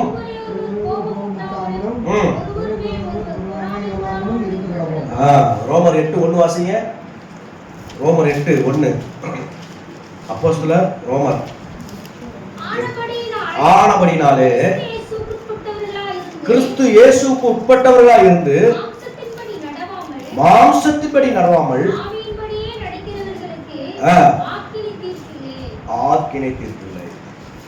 எப்படி அழகா சொல்றாரு பார்த்தீங்களா? எதன்படி நடக்கிறவங்களுக்கு ஆக்கினை தீர்ப்பு இல்லையா? ஆவியின்படி நடக்கிறவனுக்கு. ஆனபடினால் கிறிஸ்து இயேசுவுக்கு உட்பட்டவர்களாய் இருந்து மாம்சத்தின்படி நடவாமல் ஆவியின்படி நடக்கிறவர்களுக்கு ஆக்கினை தீர்ப்பு இல்லை. அப்ப ஆக்கினை தீர்ப்பு வருதான். வசனம் சொல்லுங்கள். 14 வசனம் வாசிங்க. அது 8:13. மாம்சத்தின்படி பிழைத்தால் நீங்கள் சாவீர்கள், செய்கைகளை அழித்தால் பிழைப்பீர்கள். பாத்தீங்களா? ஆவினால நம்ம சரீரத்தை என்ன பண்ணணும்? அழிக்கணும். அழிக்க சொல்றேன். அழிக்கணும்னா சாகடிக்கிறது கிடையாது. இந்த மாம்சத்துல பாருங்க, அழிக்கிறதுனா என்ன தெரியுமா? இப்போ நான் ரட்சிக்கப்படாதுக்கு முன்னாடி இந்த கையில எடுத்த ஒன்றும் கோபம் இருக்கும், நான் என்ன பண்ணியிருப்பேன்? அடிச்சிருப்பேன். சில கோபம் என்ன பண்ணிடுவோம், நம்ம எல்லாருக்கும் உள்ளதுதான். அப்போ இது என்ன பண்ணணுமோ நம்ம அழிக்கணும். அப்படின்னா கையை துண்டா வெட்டி போடுறதா? அப்படி அல்ல. இந்த கிரியைகளை நம்ம என்ன பண்ணணும்? இங்க ஓங்குற கையை இங்க என்ன பண்ணணும்? பாக்கெட்டுக்குள்ள அடைக்கணும். உள்ள என்ன பண்ணிடணும்? சொல்லுங்க. என்ன பதிலே வரமாட்டேங்குது? இங்க என்ன பண்ணிடணும்? உள்ள அழிச்சிடணும். பார்வை வித்தியாசமா இருக்கலாம், அந்த பார்வையை அழிச்சிடணும். நம்முடைய சிந்தை வித்தியாசமா இருக்கலாம், சிந்தை என்ன பண்ணிடணும்? அப்படி நீங்க செஞ்சீங்கன்னா பிழைச்சிக்குவீங்க. எங்க போனாலும் எங்க போனாலும் பிழைச்சிக்கிருவீங்க. அப்படி இல்லை சொல்றாரு, ஜோலி முடிஞ்சிருச்சு, விசுவாசம் நம்மள ஜோலியை முடிச்சிருவோம். சரி, ரெண்டாவது கிருபையின் ரகசியம் கலாத்தியர் 5:5, அதே 5 எடுத்து வாசிங்க. நம்பிக்கையோட காத்திருக்க வேண்டும். என்ன சொல்றாரு ஆண்டவர்? ஆமா, நம்பிக்கையோட காத்திருக்க வேண்டும். 5:5 மறுபடியும் வாசிங்க. கலாத்தியர் 5:5. நீதி கிடைக்க வேண்டும் என்று ஆவியை கொண்டு விசுவாசத்தினாலே நம்பிக்கையோட காத்திருக்கிறோம். ஆமா, நம்ம காத்திருக்கிறதுல ஒரு நம்பிக்கை இருக்கும். சும்மா காத்து கிடக்க கூடாது. சும்மா என்ன பண்ணக்கூடாது? காத்து கிடக்க கூடாது. சிலர்லாம் வெறுமனையே காத்து கிடப்பான், வீம்புக்கு பட்னியா இருப்பான். பாத்தீங்களா? வீம்புக்கு பட்னியா இருப்பான். அந்த மாதிரி நம்ம என்ன பண்ணக்கூடாது. நம்ம காத்து இருக்கிறது அதுல ஒரு நம்பிக்கை இருக்கும். அப்படி நம்பிக்கையோடு கூட நம்ம காத்திருக்கோமானால் கிருபை நம்மளை விட்டு விலகவே செய்யாது. அதான் கிருபையின் ரகசியம். ஏன் இன்னைக்கு கிருபை நம்மளை விட்டு விலகாம இருக்கு? ஏன் ஆண்டவர் நம்ம மேல கிருபை வச்சிருக்கிறார் அப்படின்னா, அந்த ரகசியம் ஒண்ணு, நம்ம ஆவியில ஜீவித்து நடக்கணும். ரெண்டாவது என்ன தெரியுங்களா? காத்திருக்கிறது நம்ம வெறுமையா என்ன பண்ணக்கூடாது, கழுக போல காத்திருக்கணும். கழுகு எத்தனை வருஷம் ஆனாலும் காத்திருக்கும். ஏன்? அதுக்கு நம்பிக்கை இருக்கு, எனக்கு புது சிறகு கிடைக்கும். காக்கா போய் காத்திருந்தா செத்துதான் போகும். புறா போய் காத்திருந்தா, நான் சொல்றது கரெக்ட் தானே? எனக்கு ஒரு புது சிறகு வேணும் அப்படின்னு சொல்லி புறா போய் மலை உச்சியில உட்கார்ந்துருந்தா, நம்ம காத்திருக்கிற விஷயம் நம்ம நம்பிக்கையோட கர்த்தருக்கு பிரியமா இருக்குதா அப்படின்னு சொல்லி நம்ம என்ன பண்ணணும்? காத்திருக்கோம். சிலர்லாம் வீம்புக்குன்னு காத்திருப்பாங்க, சில பிடிவாதத்தை காத்திருப்பாங்க. அந்த மாதிரி காத்திருப்பெல்லாம் என்ன பண்ணாது, அது வீண். அதுல கிருபை இழந்து போயிடும். கிருபை நம்ம போக்கடிச்சிருவோம், கிருபை போக்கடிச்சிருவோம், நாட்களை போக்கடிச்சிருவோம், கிழமைகளை போக்கடிச்சிருவோம், வீணான மாதங்களை போக்கடிச்சிருவோம். ஆனா நம்ம காத்திருக்கிறது இல்லை. என்ன தெரியுமா? நம்பிக்கை இருக்கணும்.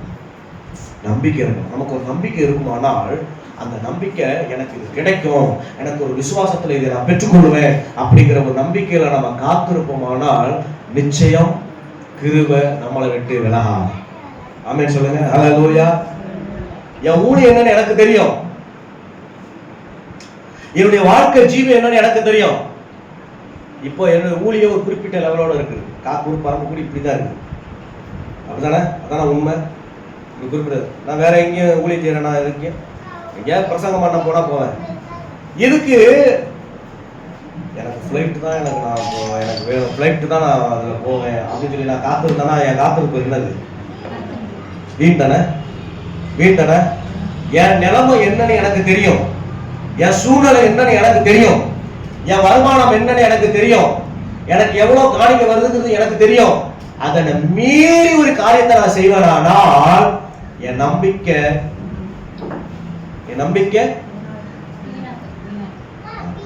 அப்ப நான் காத்திருக்கிறது எல்லாம் எதுல போயிடும்? அதான் ஆண்டவர் சொல்றாரு, நீ எதுல காத்திருக்கிறாயோ அதுல நம்பிக்கையா இருக்கும்படி நீ என்ன பண்ணு? காத்திரு. அப்பதான் அந்த கிருபை, தேவன் கொடுத்த கிருபை நம்மளை விட்டு விலகவே விடாது. அப்படின்னு சொல்லலாம். நீ எம்பி முடிச்சிருப்ப, டாக்டருக்கு என்ன பண்ணக்கூடாது? ஆசைப்படக்கூடாது. நான் டீச்சருக்கு படிச்சுட்டு நான் போலீஸ் ஆகணும் அப்படின்னு என்ன பண்ணக்கூடாது? ஆசைப்படக்கூடாது. நான் தொப்பையும் வயிறுமா குண்டா தாண்டி வச்சுக்கிட்டு நான் மிலிட்டரிக்கு போகணும் என்ன பண்ணக்கூடாது? ஆசைப்படக்கூடாது. எனக்கு என்ன இருக்கோ நான் அதெல்லாம் என்ன பண்ணணும்? ஓடணும்.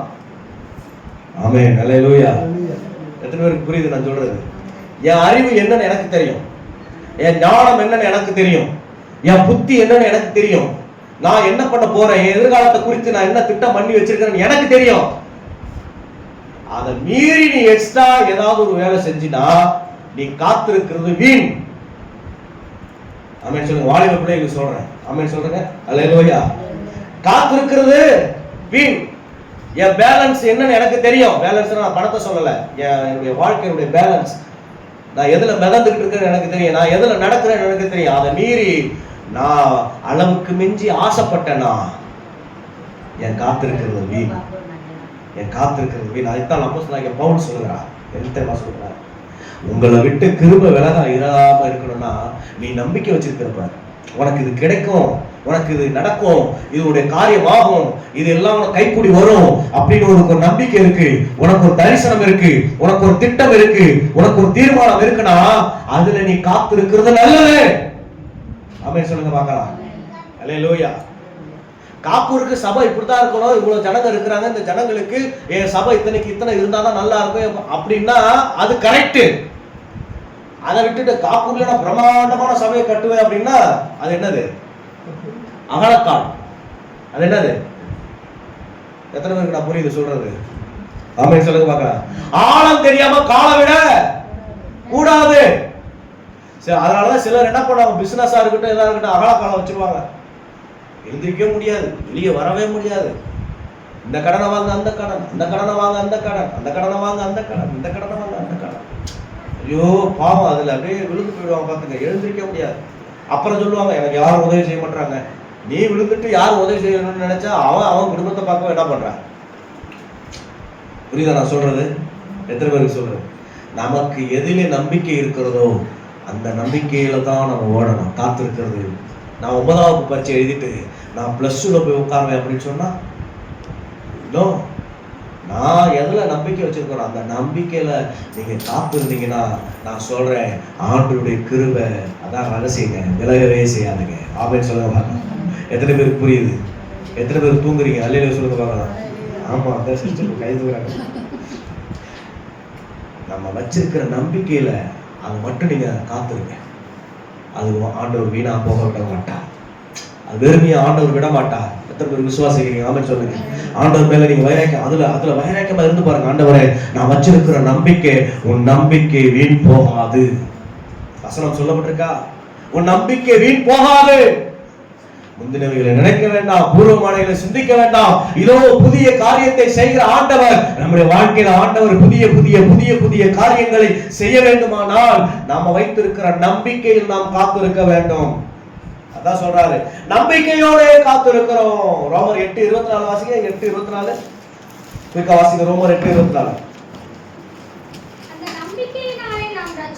அந்த நம்பிக்கையினால தான் நாம் ரட்சிக்கப்பட்டோம். காணப்படுகிறது எப்படி நம்புறோமோ, நம்பிக்கை அல்ல.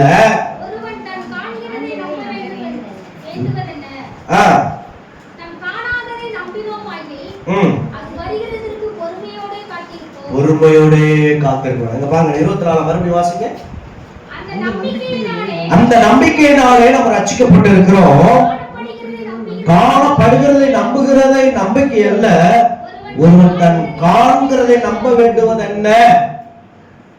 காண்கிறத நம்ப வேண்டுவது என்ன அப்படின்னா என்ன சொல்றாரு? நீ பாக்குறல்ல, அதை மேல நீ நம்பிக்கை வைக்கிறது வேஸ்ட். புரியுதா நான் சொல்றது உங்களுக்கு? எப்படி?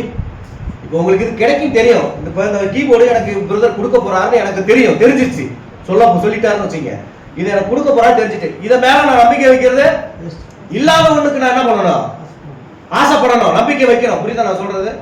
ஆமென் சொல்லுங்க பார்க்கலாம். அல்லேலூயா. ஆமா,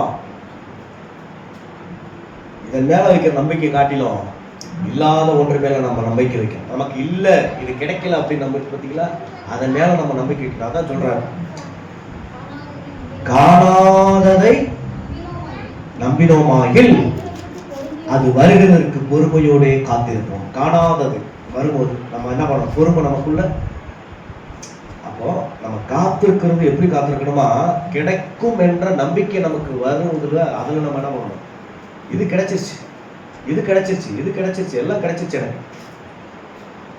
ஆனா காணாதது ஒன்று, அது வரும், அளவுக்கு மிஞ்சி இல்லை. நமக்கு எது வரும் நமக்கு தெரியும். அதுல நம்பிக்கை வச்சு அதை வருகிற வரை பொறுமையோடு நம்ம என்ன பண்ணணும்? காத்திருக்கணும். பொறுமை வேணும், பொறுமை வேணும், பொறுமையோடு காத்திருக்கணும். நான் எல்லாவற்றையும் பொதுவாக சொல்றேன். நம்முடைய வாழ்க்கையில எதிர்காலத்துல நீங்க எதெல்லாம் நீங்க நினைக்கிறீங்களோ அதெல்லாம் வருகிறதுக்கு பொறுமை நமக்கு ரொம்ப முக்கியம். பொறுமை நமக்கு ரொம்ப முக்கியம். அடுத்து வாசிங்க, எபிரேயர் 3:6 வாசிங்க. எபிரேயர் 3:6.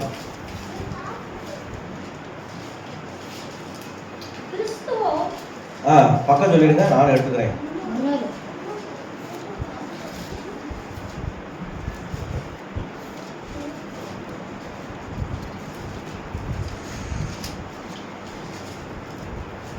வாசிங்க 3:6. மேற்பட்டவரான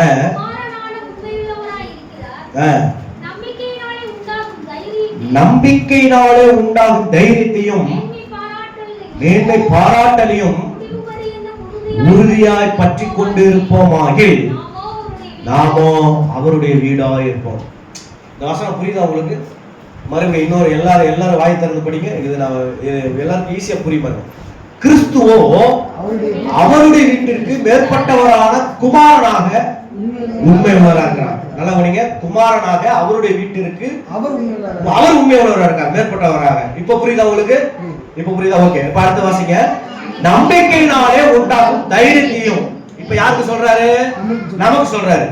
நம்பிக்கையினாலே உண்டாகும் தைரியத்தையும் மேன்மை பாராட்டலையும் முடிவு பரியந்தும் உறுதியாய் பற்றி கொண்டிருப்போமாகில் நாமோ அவருடைய வீடா இருப்போமா.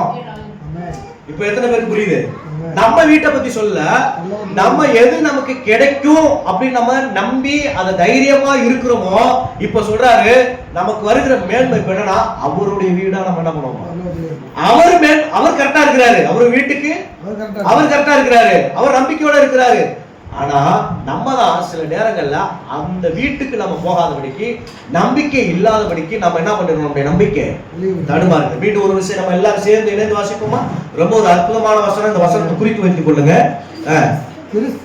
கிறிஸ்துவோ அவருடைய வீட்டுக்கு மேற்பட்டவரான குமாரனுக்கு உண்மையா இருக்கிறார். குமாரனா யாரு? நமக்கு அவர் உண்மையா இருக்கிறார், அவருடைய வீட்டுக்கு அவர் உண்மையா இருக்கிறார். ஆனா நம்பிக்கையினாலே உண்டாகும் தைரியத்தையும் மேன்மை பாராட்டலையும் முடிவு வரைந்த உறுதியாய் பற்றி கொண்டிருப்போமாகில் அவருடைய வீடாய். அல்லேலூயா. எவ்வளவு ஒரு அற்புதமான வசனம் அது. 12வது வசனத்தை வாசிங்க. அடுத்தது, சகோதரரே அவிசுவாசம் உள்ள பொல்லாத இருதயம் உங்களில் ஒருவனுக்கும் இராதபடிக்கு எச்சரிக்கையாயிருங்கள். அவருடைய வீடா இல்லாதபடிக்கு அங்க பிசாசு என்ன பண்றான் தெரியுமா? பொல்லாத இருதயம் உங்களில் ஒருவனுக்குள்ளும் இராதபடிக்கு நீங்கள் எச்சரிக்கையா இருங்கள். அடுத்த 13, உங்களில் ஒருவனாகிலும் பாவத்தின் வஞ்சனையினால். இப்படியே தொடர்ந்து வாசிட்டே போனால் நிறைய வசனம் புரியும். 14 வாசிங்க. நாம் ஆரம்பத்திலே கொண்ட நம்பிக்கையை முடிவு கொண்டு உறுதியாய் பற்றி கொண்டிருப்போமாகில் கிறிஸ்துவினிடத்தில் பங்குள்ளவர்களாய் இருப்போம். இப்ப சொல்றாரு பார்த்தீங்க எவ்வளவு அழகா. நான் நம்பிக்கை குறிச்சு நான் ஆரம்பத்தில் நிறைய விளக்கம் கொடுத்தேன். சொல்றேன், நம்ம ஆரம்பத்துல கொண்ட நம்பிக்கையை நம்ம முடிவு பண்ணுறது என்ன பண்ணிடக்கூடாது, விட்டுறக்கூடாது. உறுதியா என்ன பண்ணணும். எனக்கு ஒரு நம்பிக்கை, என் பிள்ளைக்கு எதிர்காலம் இப்படிதான் அமையணும் எனக்கு ஒரு நம்பிக்கை. ஆனா நான் அந்த முடிவுல நான் என்ன பண்ணணும், உறுதியா என் நம்பிக்கையை நான் என்ன பண்ணிக்கூடாது. இந்த நம்பிக்கையை நம்முடைய ஸ்திரத்தன்மையை கெடுக்க, நம்முடைய நம்பிக்கையுடைய குலைச்சலை கெடுக்க பிசாசு பல இடங்களில் பல விதங்களில் நமக்கு என்ன பண்ணுவான், கெடுக்க நினைப்பான். ஆனா நம்ம முடிவு வரைந்தும் நாம் நிலைத்திருக்க வேண்டும். அல்லேலூயா சொல்லுங்க பாருங்களா. சரி, 3வது நான் தொடர் தலைப்பு மட்டும் சொல்றேன். கலாத்தியர் 5:6 வாசிங்க. 5:6 கலாத்தியர் 5வது அதிகாரம். அதே 5வது அதிகாரம் தான். அவன் 6வது வசனம்.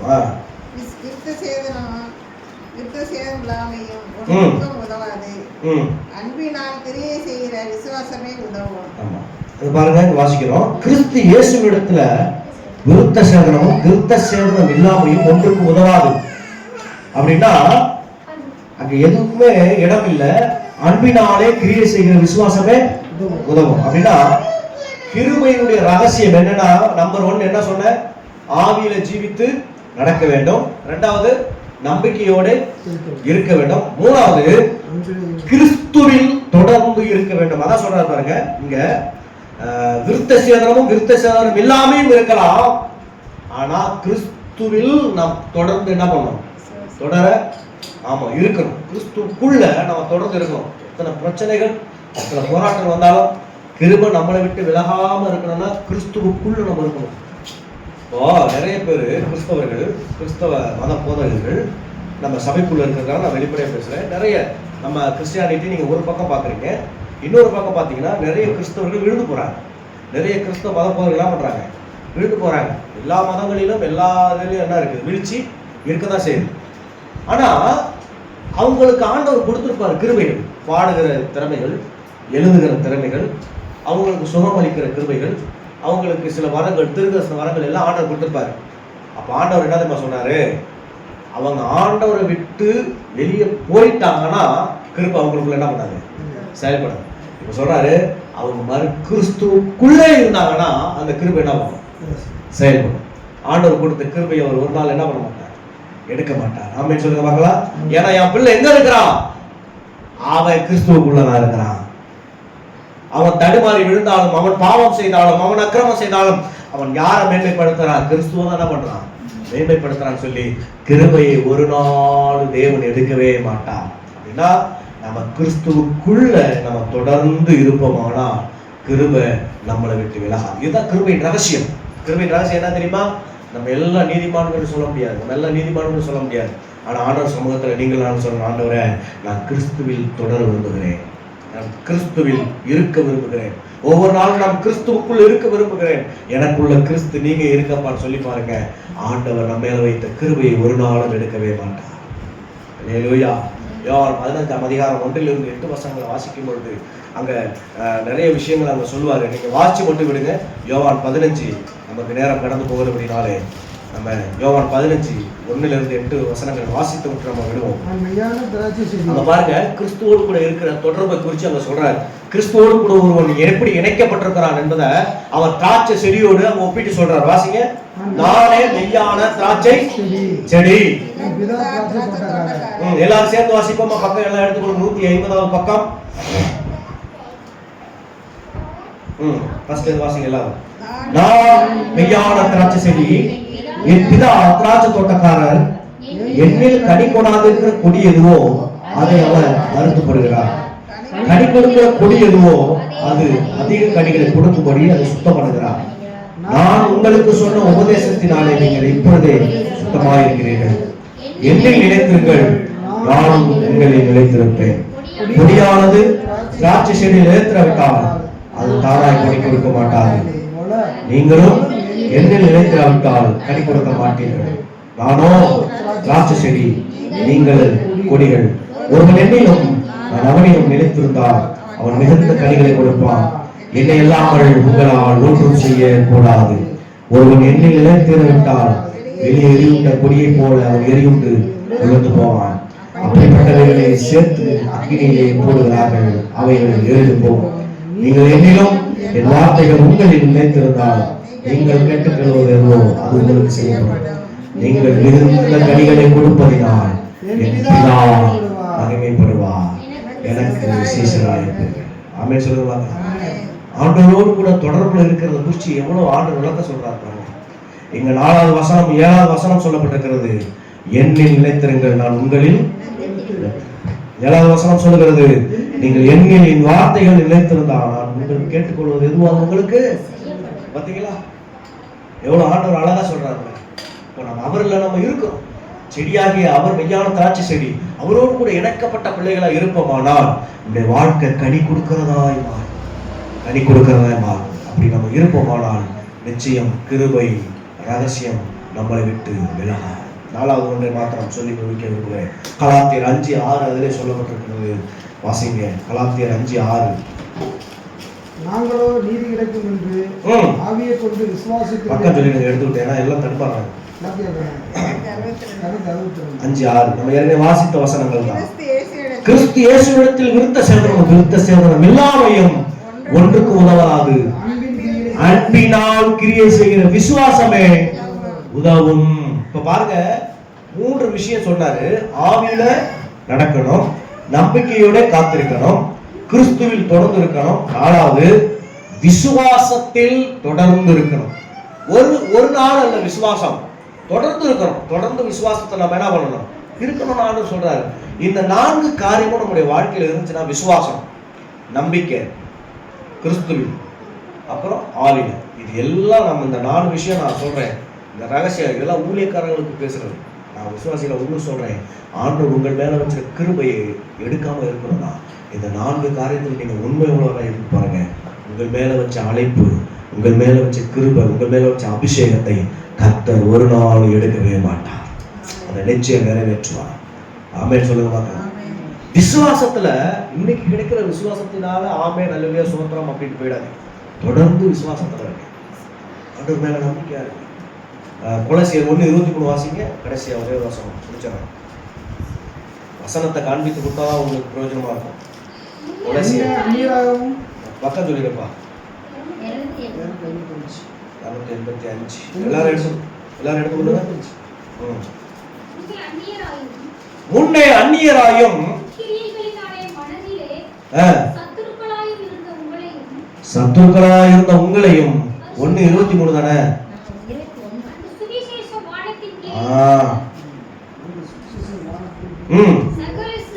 சகல சிருஷ்டிகளுக்கும் பட்டு வருகிறது.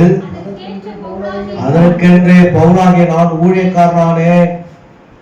இப்பொழுதோ நான் உங்கள் நிமித்தம் அனுபவிக்கிற பாடுகளில் சந்தோஷம் அடைந்து கிறிஸ்துவுடைய உபத்திரவங்களில் குறைவானதை அவருடைய சரீரமாகிய சபைக்காக என் மாம்சத்தில் நிறைவேற்றுகிறேன். பாருங்க, அந்த சுவிசேஷ வானத்தின் கீழே இருந்த சகல சிருஷ்டிகளுக்கும் பிரசங்கிக்கப்பட்டு இருக்கிறது. அதற்கென்ற பவுலாகிய நான் ஊழியக்காரனாக இருக்கிறேன். சுவிசேஷ வானத்தின் கீழே இருக்கிற சகல சிருஷ்டிகளுக்கும் பிரசங்கிக்கப்படுகிறது. அப்படின்னா என்ன சொல்றாருன்னா, அதற்காகவே நான் இருக்கிறேன். அப்படின்னா அவர் விசுவாசத்துல தொடர்ந்து என்ன பண்றாரு, நான் சுவிசேஷம் சொல்வதற்காக நான் என்ன பண்ணல, எனக்கான எல்லாம் கிடைச்சிட்டு அப்படிங்கிறதுக்காக நான் சுவிசேஷத்தை விடல. ஆனா அந்த சுவிசேஷத்தை நான் கடைசி வரையும் நான் பிடிச்சுக்கிட்டு இருக்கிறேன்னா எனக்குள்ள என்ன இருக்குன்னு அர்த்தம், விசுவாசம் இருக்குன்னு அர்த்தம். ஆமென், அல்லேலூயா. எனக்குள்ளே அந்த விசுவாசம் வேறொன்று இருக்கிறதுக்கு காரணம் என்ன, அந்த சுவிசேஷத்தின் ஒளி இயேசுவாக எனக்குள்ள இருக்கிறபடினாலே வானத்தின் கீழ் இருக்கிற சகல சிருஷ்டிகளுக்கும் பிரசங்கிக்கப்பட்டு வருகிறது. அதற்கென்ற பவுலாகிய நான் ஊழியக்காரனாக இருக்கிறேன். அப்போ விசுவாசத்தோடு சொல்றாரு. அதற்காக இந்த வானத்தின் கீழ் இருக்கிற எல்லா ஜனங்களுக்கும் சொல்லி முடிக்கிற வரை நான் என்னவா இருக்கிற ஊழியக்காரனா. எவ்வளவு பெரிய விசுவாசம் பார்த்தீங்களா? 10 பேருக்கு சொல்லிட்டோம், 20 பேருக்கு சொல்லிட்டோம் இல்ல. அந்த ஊழியம் வானத்தின் கீழே இருக்கிற எல்லாருக்கும் என் சுவிசேஷம் போய் சேரணும், என் ஊழியம் போய் சேரணும், ஆண்டவருடைய வார்த்தை போய் சேரணும் என்கிற அந்த பாரம் அவனுக்குள்ள இருக்கு. பாருங்க, இதுதாங்க விசுவாசம். இந்த விசுவாசம் மரிக்கிற வரை இவனுக்குள்ள இருந்தது, பவுலுக்குள்ள இருந்தது. அந்த விசுவாசத்தில் தொடர்கிற கிருபை இது இருக்குமானால் நிச்சயம் கர்த்தர் நம்மளை ஆசீர்வதிப்பார். நம்ம மேல வச்ச கிருபையை ஆண்டவர் எடுக்க மாட்டார். நம்ம குடும்பத்து மேல வச்ச கிருபையை ஆண்டவர் எடுக்க மாட்டார். ஆமென் சொல்ல பார்க்கலாம். நமக்கு கிருபையாய் கொடுத்த வேலை, நமக்கு கிருபையாய் கொடுத்த குடும்பம், நமக்கு கிருபையாய் கொடுத்த பிள்ளைகள், கிருபையாய் கொடுத்த இந்த ஊழியர்கள், நமக்கு கிருபையாய் கொடுத்த இந்த சொந்த பந்த உறவுகள், இத ஆண்டவர் எடுக்காம இருக்கணும்னா நம்ம ஆவிக்குரிய ஜீவியத்தில் நடக்கணும், நம்பிக்கையோடு இருக்கணும், தொடர்ந்து கிறிஸ்துவுக்குள்ள இருக்கணும், தொடர்ந்து விசுவாசத்துல இருக்கணும். இந்த நாளை மட்டும் செஞ்சு பாருங்க, உங்கள் மேல வச்ச கிருபையை கர்த்தர் ஒரு நாளும் எடுக்கவே மாட்டார். எத்தனை பேர் விசுவாசிக்கிறீங்க? ஆமென் சொல்லுங்க. அல்லேலூயா. கண்களை மூடி ஆண்டவருடைய சமூகத்தில் நம்ம ஆண்டவர் சமூகத்தை நோக்கி பார்ப்போம். அந்த கிருபையின் ரகசியம் கலாத்தியர் நிருபத்துக்கு பவுல் தன்னுடைய எழுதும்போது சொல்லுகிறார், கிருபையின் ரகசியம் என்ன தெரியுமா? நம்ம ஆவியில நடக்கணும், நம்பிக்கையோடு காத்திருக்க வேண்டும், நாம் கிறிஸ்துவில் தொடர்ந்து இருக்க வேண்டும், விசுவாசத்தில் தொடர்ந்து இருக்க வேண்டும். இந்த 4 காரியத்துல நீங்களும் நானும் அர்ப்பணித்து அவருடைய காரியத்துல நம்ம ஆண்டவருக்கு விட்டு கொடுத்து ஒப்பு கொடுத்து நம்ம வாழ்க்கையை அமைத்துக் கொள்வோமானால், வாழ்வோமானால் நிச்சயம் நிச்சயம் நான் சொல்றேன், நம்ம விட்டு ஆண்டவர் கிருபையை எடுக்காமல் இருப்பார். கிருபை நம்மளை விட்டு விலகாமல் இருக்கும். அதுதான் கிருபையின் ரகசியம். இன்றைக்கு கர்த்தர் நமக்கு அதை தெளிவுபடுத்தி இருக்கிறார். இன்றைக்கு கர்த்தர் நமக்கு அதை போதித்திருக்கிறார். அதை கர்த்தர் நமக்கு அதை விளக்கப்படுத்தி இருக்கிறார். நம்முடைய கண்களுக்கு புலப்படுறதாலும் தேவன் நம்முடைய ஆவிக்குரிய ஜீவியத்தை நடத்துவதற்கு கர்த்தர் நமக்கு நம்முடைய மாம்சத்தின் கண்களை அழித்து ஆவிக்குரிய கண்களை கர்த்தர் நமக்கு கொடுத்து ஆண்டவர் நம்மளை வழிநடத்தி வருகிறாரே. நமக்கு நன்றி ஆண்டவர். எல்லாம் ஒப்பு கொடுப்போமா? ஆண்டவருடைய சமூகத்தில் ஒப்பு கொடுப்போம்.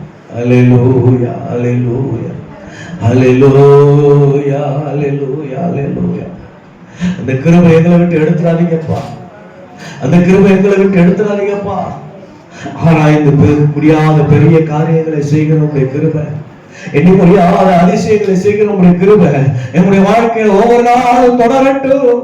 உங்களுடைய கிருபையினால் ஆண்டவரே, கிருபை அங்கள் மாம்சத்துல ஒரு நாள் போய்விடக்கூடாது ஆண்டவரே. அங்கள் மாம்சத்துல ஒரு நாள் எண்ணிவிடக்கூடாது ஆண்டவரே.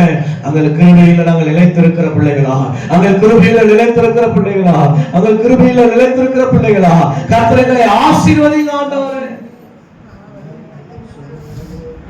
உங்க கிருபை இல்லாமல் வாழ முடியாதையா. ஆண்டவரே சொல்லுங்க, உங்க கிருபை இல்லாமல் வாழ முடியாதையா, முடியாதையா, வாழ முடியாதையா. சொல்லு, முடியாதையா, வாழ முடியாதையா, உங்க கிருபை இல்லாமல் வாழ தெரியாதப்பா. சொல்லுங்க ஆண்டவர் சமூகத்தில் விட்டு போடுங்க. ஆண்டவர் சமூகத்தில் சொல்லுங்க, ஆண்டவரே உங்க கிருபை இல்லாம நான் வாழ முடியாத ஆண்டவரே, இந்த உலகத்துல ஜீவிக்க முடியாத ஆண்டவரே, நான் ஆவிக்குரிய ஜீவியத்துல வாழ நம்பிக்கையோட காத்திருக்க, கிறிஸ்துவுக்குள்ள தொடர, விசுவாசத்துல தொடர எங்களுக்கு அந்த கிருபை ரகசியத்தை வெளிப்படுத்தினீரே. உங்க கிருபை இல்லாமல் ஒரு நாள் நாங்கள் வாழ முடியாது. உங்க கிருபை இல்லாமல் ஒரு நாள் நாங்கள் ஜீவிக்க முடியாது. உங்க கிருபை இல்லாமல் ஒரு நாளைய வாழ்க்கையை நாங்கள் ஓட்ட முடியாது. நீங்க கிருபையாய் கொடுத்த இந்த வாழ்க்கை ஆண்டவரே, அல்லேலூயா, அல்லேலூயா, அல்லேலூயா. அப்படியே கரங்களை உயர்த்தி தேவ சமூகத்தில் அப்படியே நம்ம கரங்களை உயர்த்தி ஆண்டவர் சமூகத்தில் ஒப்புக்கொடு. உங்க கிருபை எனக்கு தாங்க ஆண்டவரே, அந்த ரகசியத்தை வெளிப்படுத்தினீங்களே, அப்படிப்பட்ட கிருபை எங்களுக்கு நீர் வெளிப்படுத்தினதற்காக நன்றி. அந்த கிருபைகளை எங்களுக்கு, எங்கள் குடும்பத்திற்கு, என் பிள்ளைகளுக்கு, என்னவரே என்னை சார்ந்திருக்கிறவர்களுக்கு அந்த கிருபையை நீ தருவீராக, தருவீராக, தருவீராகப்பா, தருவீராகப்பா, தருவீராகப்பா. தாழ்வில் நினைத்த உங்க கிருபை ஆண்டவரே, தயவா நினைத்த உங்க கிருபை, இந்த கிருபையை வச்சு நாங்கள் மேன்மை பாராட்ட அல்ல, அங்க மேன்மை பாராட்ட அல்ல ஆண்டவரே, அது எங்கள் தகுதி அல்ல ஆண்டவரே. உங்க கிருபையிலே ஓடணும் ஆண்டவரே. எங்களை அழைச்சவர், எங்களை தெரிந்து கொண்டவர், எங்களை ஆண்டவரை முன்குறித்தவர், உங்க கிருபையிலே நாங்கள் ஓடுவதற்கு எங்களுக்கு ஆயுசு நாட்களை தாங்க ஆண்டவரே. உங்க கிருபையிலே ஓடுவதற்கு எங்களுக்கு பலனை தாங்க ஆண்டவரே. உங்க கிருபையிலே ஓடுவதற்கு எங்களுக்கு சத்துவத்தை தாங்க ஆண்டவரே. உங்க கிருபையிலே ஓடுவதற்கு எங்களுக்கு நீடித்த ஆயுசு நாட்களை கர்த்தர் இப்பொழுது எங்களுக்கு நீர் தருவீராக. கிருபையினால் எங்களை, உங்க கிருபையினால் எங்களை நிரப்புங்க, உங்களுடைய கிருபையினால் எங்களை நிரப்புங்கப்பா. இயேசுவின் நாமத்தினால் உங்களுடைய பிள்ளைகள் வாஞ்சிக்கிறாங்க ஆண்டவரே, வாஞ்சிக்கிற பிள்ளைகள் மேல உங்களுடைய கிருபையை ஊற்றுங்க ஆண்டவரே, அந்த கிருபையின் வரங்களை ஊற்றுங்க ஆண்டவரே. தகுதியில்லாத எங்களை தகுதிப்படுத்தி நீர் கிருபையினால் மீட்டுக் கொண்டீரே. ஆரம்பம் அற்பமா இருக்கலாம், முடிவு சம்பூர்ணமாக இருக்கும். ஒரே ஆரம்ப வாழ்க்கை வேணும், அற்பமா இருக்கலாம் ஆண்டவரே. உங்களுடைய கிருபையினால் எங்களை மூடிக்கொள்ளுங்க. ஒவ்வொருவருக்கு அந்த ராசி வழி இந்த கரத்துல ஒப்பு கொடுக்கணும். கேட்ட வார்த்தையின்படி வாழ எங்களை ஒப்பு கொடுக்கணும். அது ஆவிக்குரிய ஜீவியத்துல வளர, நம்பிக்கையோட வளர, விசுவாசத்துல வளர, தொடர்ந்து கிறிஸ்துவுக்குள்ள வளர ஒப்பு கொடுக்கிறோம். இயேசுவின் மூலம் ஜெபிக்கிறோம் நல்ல பிதாவே, ஆமென்.